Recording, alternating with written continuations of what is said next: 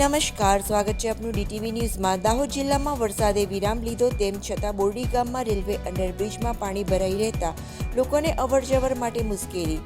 ગઈકાલે મેઘરાજાની દાહોદ જિલ્લામાં ધમાકેદાર બેટિંગને પગલે જિલ્લામાં પાણી થઈ ગયું હતું। આજે વરસાદે વિરામ લીધો, તેમ છતાં બોરડી ગામમાં બનાવેલ રેલવે અંડરબ્રિજમાં ઘૂંટણસામાં પાણી ભરાઈ રહેતા બંને તરફના પાંચ ગામો સંપર્ક વિહાણા બન્યા છે।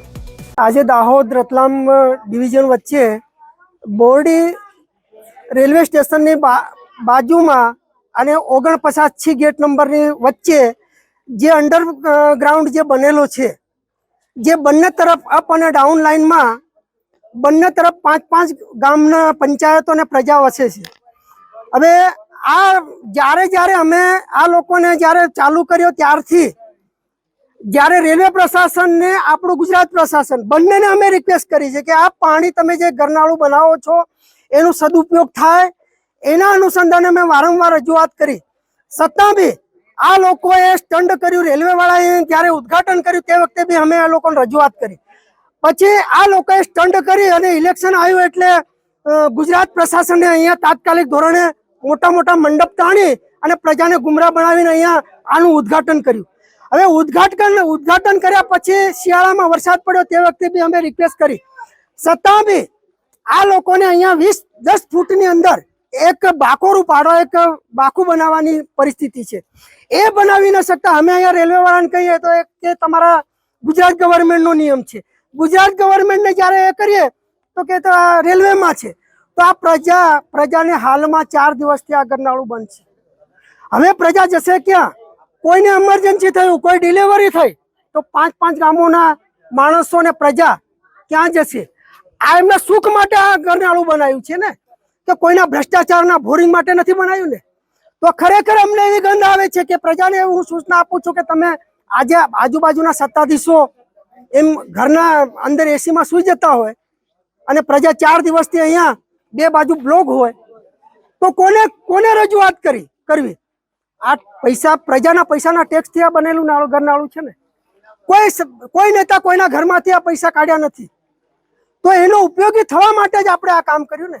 તો હવે આ ગરનાળાનું અમે ગામ લોકો અને પ્રશાસનને હું વિનંતી કરું છું કે આ ગરનાળાનું તાત્કાલિક કંઈ પણ હિસાબે અને કોઈ પણ ધોરણે આનો નિકાલ થાય પાણીનો, અને બંને 5-10 ગામોની પ્રજાનું અવરજવર થાય અને સુખાકારી મળે એવી ભાવના હું રાખું છું। અને આ મારો આક્રોશ હું સદાય રાખીશ। અને આ જે પ્રશાસન છે, આ પ્રશાસનને વારંવાર મેં કીધું છે, છતાં બી પ્રશાસન એમના આંખ આડા કાન કર્યા છે।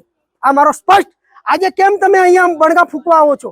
તમે તે દિવસે અહીંયા સ્ટેજ પર ઉભા રહીને કહેતા હતા ને કે અમે આ કરીશું, આટલા કરોડનું સરકારે આયોજન આપ્યું।